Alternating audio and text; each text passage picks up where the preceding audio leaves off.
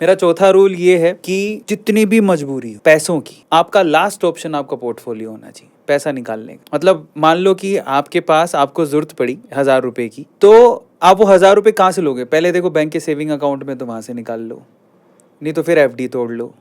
1,000 रुपए के लिए अगर एफडी तोड़ लो, आरडी एफडी जो भी तोड़ना है तोड़ लो। उसमें भी नहीं है तो अपने हाथ में कुछ चीज़ होगी वो बेच लो। उसमें भी नहीं, कोई चीज़ नहीं है तो फिर कोई सोना वोना थोड़ा बहुत रखा होगा बेच लो। वो भी नहीं है तो म्यूचुअल फंड से निकाल लो। वो भी नहीं है तो किसी से उधार लेके वापस चुका देना। लास्ट में अगर कुछ भी नहीं हो पा रहा तब जाके इक्विटी को खोलो, मुझे लगता है वो आपको ज़्यादा प्रॉफिट देगी। इसके बारे में आपको क्या कहना है? ये मैंने अपने लिए रूल बना रखा कि ये बहुत अच्छा रूल है, लेकिन ये कुछ लोगों पे फिट सही नहीं बैठेगा। उसका Okay. रीज़न है कि कई बार क्या होता है, अब जैसे जैसे मुथूट फाइनेंस है, या मैं किसी का नाम वैसे नहीं लेना चाहता, बट क्या होता है मैंने देखा है कि कभी कभी लोगों को ज़रूरत नहीं भी होती है, किसी चीज़ में फंसे हुए हैं, बस वो जाके चेन अपनी गिरवी रख देते हैं हाँ। और वो उसमें पड़ता है रेट ऑफ इंटरेस्ट ज़्यादा। अब उनका पोर्टफोलियो भी नहीं होता है, मैं ये भी बता दूं। उनके केस में तो कोई वही नहीं है। लेकिन अब ये जो पोर्टफोलियो वाली बात कही, क्योंकि सच में हम एफडी में हमें रेट ऑफ इंटरेस्ट मिल रहा है कम, और हम पोर्टफोलियो में हमें कई गुना ज़्यादा पैसा मिल सकता है, लेकिन उसको हमको समय देना पड़ेगा पनपने के लिए, और वो बढ़ ही नहीं पाता। ज़्यादातर लोगों के मेरे केस देखे मैंने, इवन पहले बहुत पहले जब कुछ नहीं आता था, मैंने पोर्टफोलियो बनाने की कोशिश की। अरे यार 1 महीना हो गया, 1% भी नहीं बढ़ा, 2% बढ़ा। अरे मतलब वो अंदर से इंटरेस्ट नहीं आता।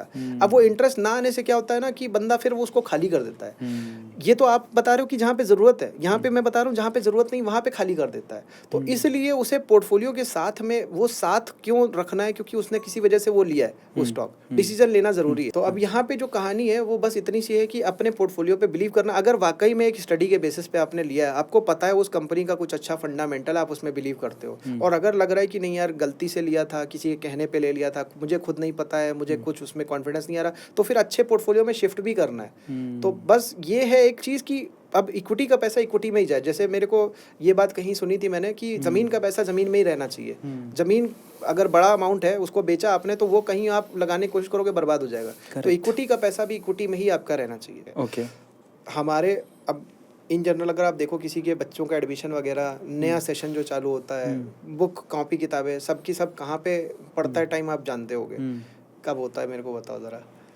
मार्च अप्रैल की तरह। बस बस बस वहीं से मार्केट में रैली चालू होती है। ओके। वो रैली में बेचारों के पास में, इन जनरल हम नौकरी पेशा वालों को अगर हम देखें तो उनका पैसा यहाँ पे खर्च हो चुका होता है। वो रैली में उनको पार्टिसिपेट नहीं करने को मिलता है। 4-5 महीने में फिर वो पैसे जोड़ते हैं, फिर ये अगस्त आ जाता है जैसा अभी चल रहा है, और फिर वहाँ पे क्रैश आता है। अब मैं आपको एग्जाम्पल बता रहा हूँ, 2007 में, 2009 में, ईयर 2011, 2013, 2015 सब में आपको ऐसे क्रैश दिखेगा अगस्त के महीने में। तो मतलब आप देखिए कि मार्च में वो मिस हुआ, और वहाँ पे जाके अगस्त में खरीदा तो वहाँ से क्रैश। अब निफ्टी में क्रैश है 20% का, तो वहाँ पे स्टॉक तो 50% टूट जाते हैं, मिड कैप स्मॉल कैप, तो वहाँ पे उसको बेचारे को फिर झेलना पड़ गया।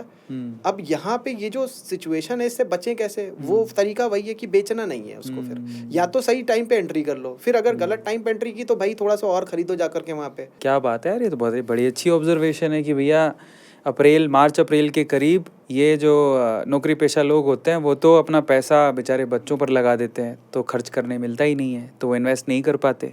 वहीं पे मार्केट ऊपर होता है, और बेसिकली जब उनके पास पैसा इकट्ठा होता है अगस्त सितंबर के करीब, तो मार्केट क्रैश कर जाता है, जहाँ पे वो डबल नुकसान कर लेते हैं अपना, क्योंकि वो तब मार्केट में एंटर कर रहे होते हैं। एक और ऑब्जर्वेशन बताता हूँ। हाँ, जैसे मैंने आपको बताया 3rd year of the decade से लेके 7th 8th year of the decade तक भागती है मार्केट। हाँ। उसमें भी कोई ना कोई ऐसा रीजन समाया हुआ है जो बेचारा एक इंसान, अब इसमें बताता हूँ क्या समाया हुआ है, कि ये मैंने जो बताया उसे तो पता नहीं है, उसकी तो ये रैली मिस हो गई, अब वहाँ पे जाके फंस गया।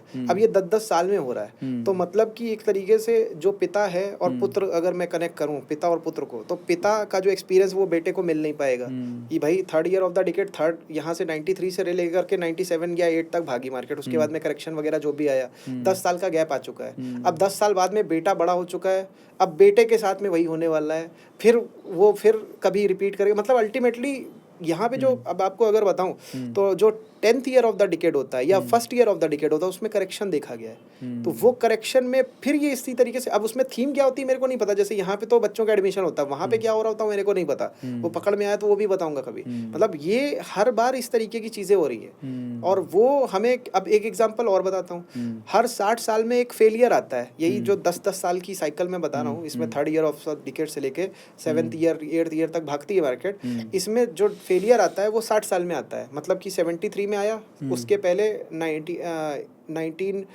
1913 में आया, उससे पहले 1853 में आया, मतलब 60 साल का गैप है। अब एक एवरेज इंसान की लाइफ स्पैन को देखो तो 60-70 साल, तो मतलब वो खत्म हो गया। अब वो एक्सपीरियंस कोई बताने वाला है नहीं अपने बेटे को या अपने पोतों को, और फिर वो रिपीट मार रहा है। मतलब कि आप बार बार घुमा घुमा के मार्केट में वही चीज़ ला रहे हो, लेकिन बताने वाला कोई है नहीं, ऑब्जर्व करने वाला कोई है नहीं। आज हमारे पास एडवांटेज है कि डेटा इतना बड़ा है, देख लो जा करके। मतलब मैं बता रहा हूँ, मेरे पास कोई बहुत बड़ी ऐसी ऑब्जर्वेशन की स्किल नहीं है, आप भी जाके, मगर आपके अंदर इंटरेस्ट नहीं है उस चीज़ को देखने का। आप इंटरेस्ट करो और जा करके देखो, S&P 500 का या डाउ जोन्स का डेटा ट्रेडिंग व्यू पे अवेलेबल है, जा करके चेक कर ले कोई भी। ये ऑब्जर्वेशन भी अच्छी है, मैं आपको थोड़ा समझा देता हूँ।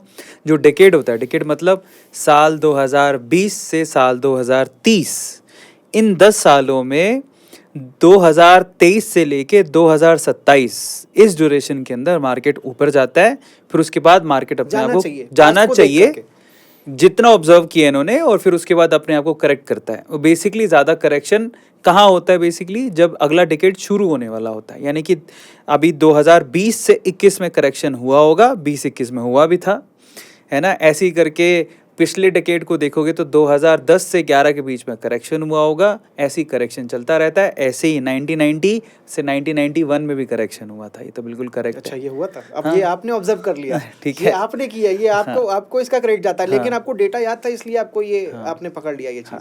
अच्छा, एक और इंटरेस्टिंग बात बताई कि हर 60 साल में एक बड़ा करेक्शन आता है, यही मैं कह रहे थे आप? हर 60 साल में ये साइकिल फेल हो जाती है। अच्छा, हर 60 साइकिल में 60 साल में ये साइकिल फेल हो जाती है कि थर्ड है। ईयर ऑफ द डिकेड से लेके 7th-8th year of the decade तक भाग रहा है। अब मान लो कोई पकड़ ले गया, तो पकड़ेगा कब? जा करके 20-30 साल का हो चुका होगा तब पकड़ेगा, तो 4 बार उसका पैसा कमाएगा। एक बार ऐसा आएगा जब 60 साल की उम्र में पहुंचा होगा, सारा पैसा दे के जाएगा। तो ये चीज फेल भी होती है, हर 60 साल में चीज फेल हो तो जाती है। पॉइंट ऑफ व्यू से देखें तो 33 में फेल होने वाला है, 2033 में फेलियर के चांसेस है।